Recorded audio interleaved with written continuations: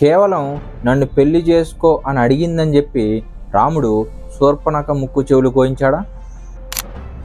దీని full story రామాయణంలో చాలా క్లియర్గా ఉంది. ఒకసారి సీతారామ లక్ష్మణుల దగ్గరికి అందవికారంగా రాక్షసి రూపంలో ఈ శూర్పణఖ వస్తుంది.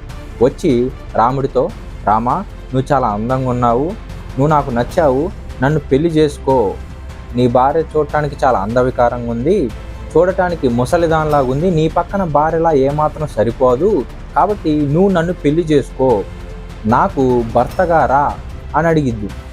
అండ్ దానితోపాటు నేను కావాలంటే లక్ష్మణుణ్ణి సీతని తినేస్తాను, అప్పుడు మన ఇద్దరికి ఎలాంటి అడ్డు ఉండదు అని అడిగిద్ది. లక్ష్మణుడి దగ్గరికి వెళ్ళి కూడా ఇదే చెప్పిద్ది. తర్వాత మన ఇద్దరి పెళ్ళికి ఈ సీతే కదా అడ్డు అని చెప్పి సీత మీదకి దాడి చేసి చంపటానికి వెళ్ళిద్ది. మరి సీత మీదకి వెళ్తే రాముడు ఊరుకుంటాడా? రాముడికి కోపం వస్తే లక్ష్మణుడు సైలెంట్గా ఉంటాడా? ఖడ్గం తీసి ఆ రాక్షసు యొక్క ముక్కు చెవులు కోసేశారు. అది అక్కడ జరిగిన సంఘటన. నమఃశంకరాయ.